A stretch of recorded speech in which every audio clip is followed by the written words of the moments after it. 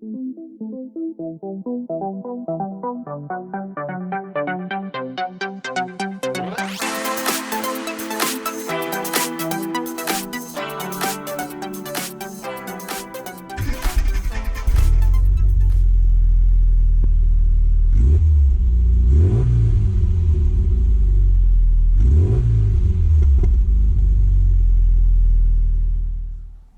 mini enthusiasts, how you doing? Welcome back.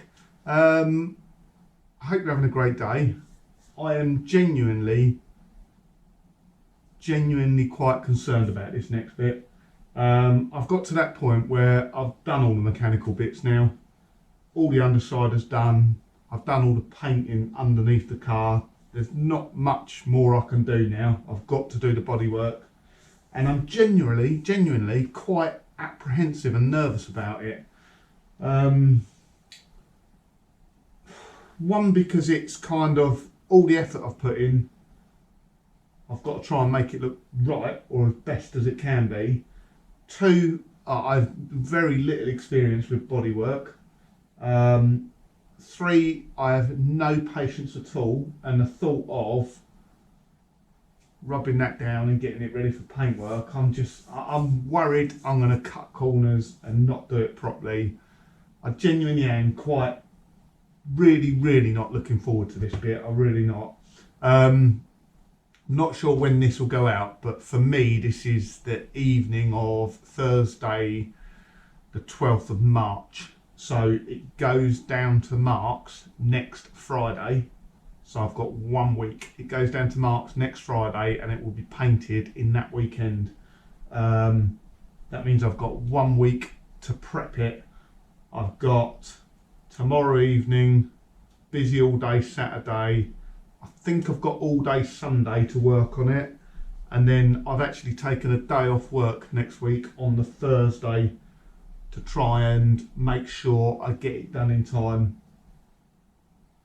One, I'm really excited about getting it done. I'm really genuinely, I so want to see it in paint. I really do. I know I've still got a lot of stuff to do with reassembling it, but I want to get to that point where I can take the covers off the other cars. I can start doing some work on PL, something to distract me from this, because I am genuinely getting pretty bored of it now, and I just want to get it done. But so much hangs on getting the paintwork right, and it probably won't be me that'll be painting it. It'll be Mark. I'll do the prep and I'll obviously go down and help him as much as I can.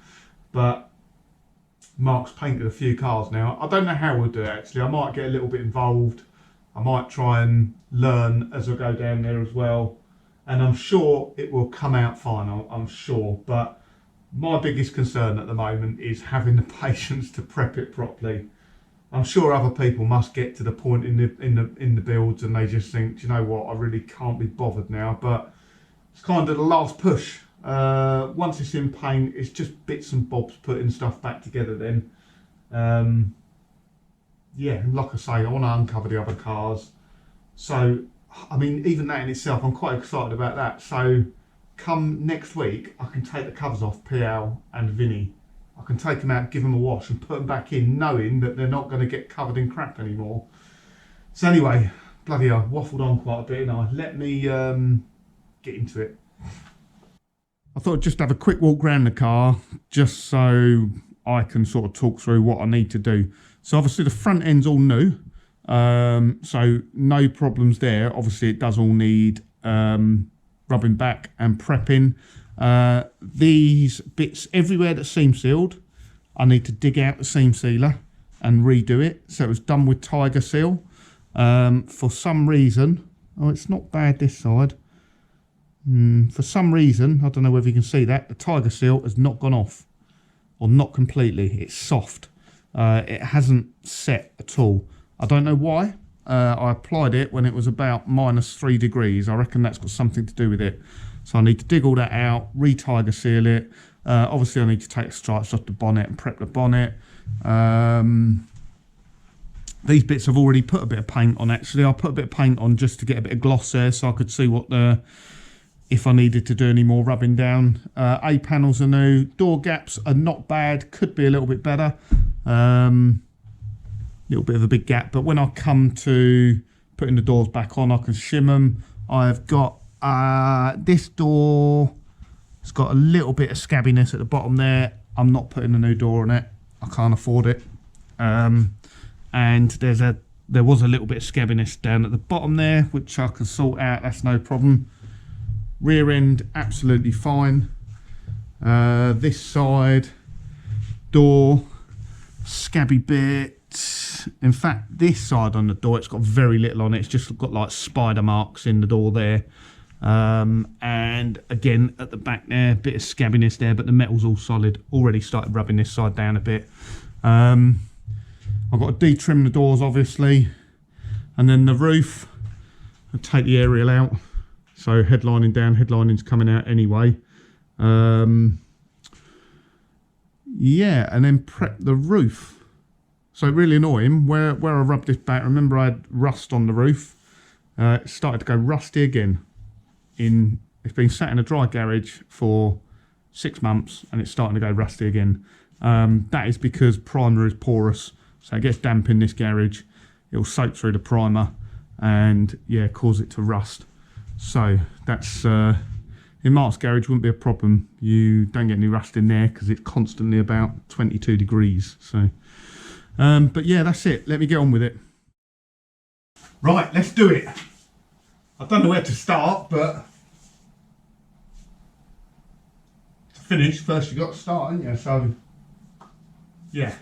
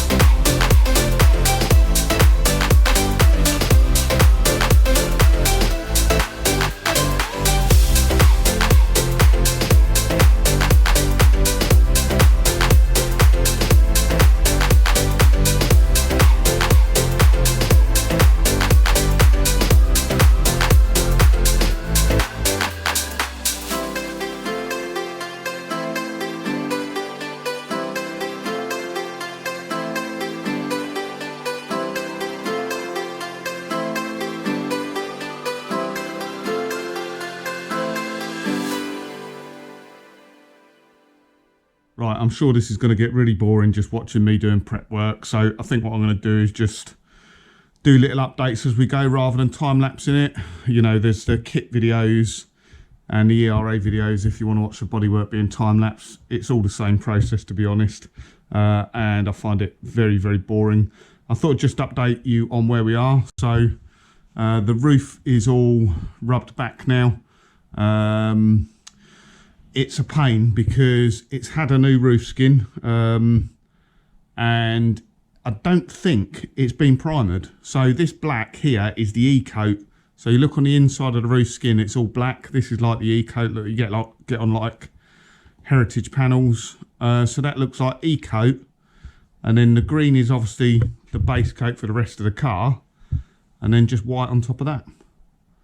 Quite surprised me. And it's really thin as well. So yeah, no wonder it went rusty in places because there's barely any paint on there. So what I wanted to do was get all the white off, get down to sort of the base coat, and then we're going to primer over the base coat. We're not going back to bare metal, although in places I've gone back to bare metal just where there was rust, and that's going to get like etch primer and then zinc heavy sort of zinc primer. Bits that need repairing, I've just started on them. So this bottom quarter here, just a bit of rust in there, so that's been rubbed off, that's been cure rusted, and then that's had just a skimmer filler over there, no holes, just sort of those almost like spider's legs rust. And down, this is the only bit on this door, so if you remember, one side of the door was really bad, or looked really bad, really crumbly. This side just had a tiny little bit at the back again, which was just like spider's web, so it's the same thing, cure rusted, and that's just a very, very light skimmer filler. And then when I look on the actual underside of the door, because I just wanted to make sure that it wasn't rotten, the underside of the door is looking spot on actually. That's got wax on it, it's been waxed from the inside, so I'm well pleased about that. This is obviously the other side of the roof, again nothing special here. So I've gone right back to bare metal in the actual gutter channel just because there was some sort of surface rust there, so I want to make sure I've got all of that out and I've got shiny metal there. What's not so good, so on this rear quarter panel here, on the rear quarter panel there's actually less rust on this side, so I don't even think that wants a skimmer filler. I think that'd be all right as it is. But the horrible bit, you'd have seen, and someone commented in one of the videos about the door, really, really horrible. That's hold, that is. That's the outer skin of that door is knackered. And top of the door, so in this corner here, really flaky, so that wants doing. The actual door frame itself though, like the other side, the door frame itself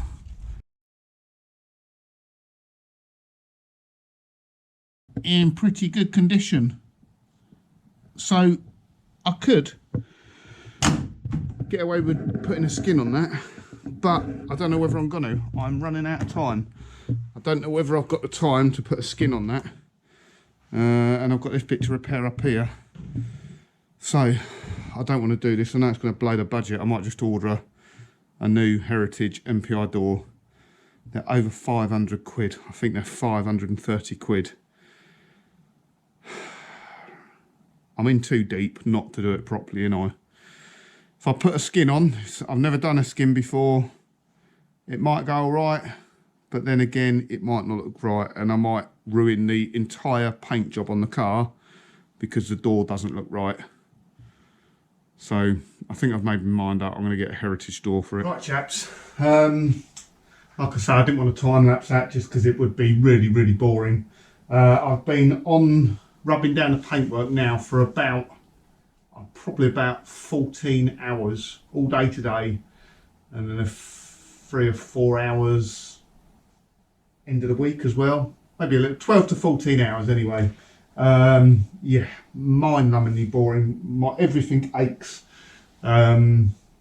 Obviously I've got the DA to do it with, but I basically use the DA for doing the sort of coarse sanding, and then I've done all the fine sanding by hand. Bit of a combination of wet and dry, and then finally Scotch Brighted it all. I've still got to go over and check a few areas here and there where there's some sort of swell marks from the DA, which I need to make sure I get out. But yeah, that's broken the back of it. Let me show you around it quickly. Some bits of it were genuinely easier to do than others. The roof was a bit of a pain. Obviously the front end's fine. That really was just kind of going over with fine because it's new. It's just in that E-coat, so the primer can go straight onto that E-coat. Bonnet's all good. Had to do, well, I need to get some stopper from Mark because there's some very slight imperfections on the bonnet. This side of the car, both rear quarters had loads of lacquer on them. But on other areas of the car, there was barely any lacquer at all. In fact, the top half of the car, there's no lacquer on any of it. And that is because, do you remember I said the roof has been replaced? So they've replaced the roof and they probably only sprayed down to the sort of waistline of the car. So the existing paintwork was lacquered. And then where they've repaired it, it isn't. To be honest, I'm still trying to struggle to get my head around it. Anyway, but everywhere sort of up above there was not lacquered. That was just, yeah, there was no lacquer on that. But down below, there was loads of lacquer. The back end's probably the hardest bit I found to do, just because it's curvy. There's no flat panels on it, so you can't really use the DA at all. Yeah, that's that side, bit boring. So I had to do a bit of repair on the boot down the bottom corner here. So the boot had actually been drilled, had a couple of holes in it where a badge, that Cooper badge, had been fitted, an old style Cooper badge. So I welded up those holes and I just need to skim a bit of filler over there. That door, that's the door that I said I'm going to replace, but I don't think I am. I've had a look at it, and I can get away with a skin. So the frame of the door is actually really good nick. So it would seem a bit of a shame to put a whole skin on it. Sorry, to put a whole door on it. They're £500 of doors. I thought I'd show you this as well. So I think I've mentioned before, it's had a roof. So you can see that's all got the E-coat on the inside, because that's not the original roof. And then when we look up in here, there that's the Rover sticker.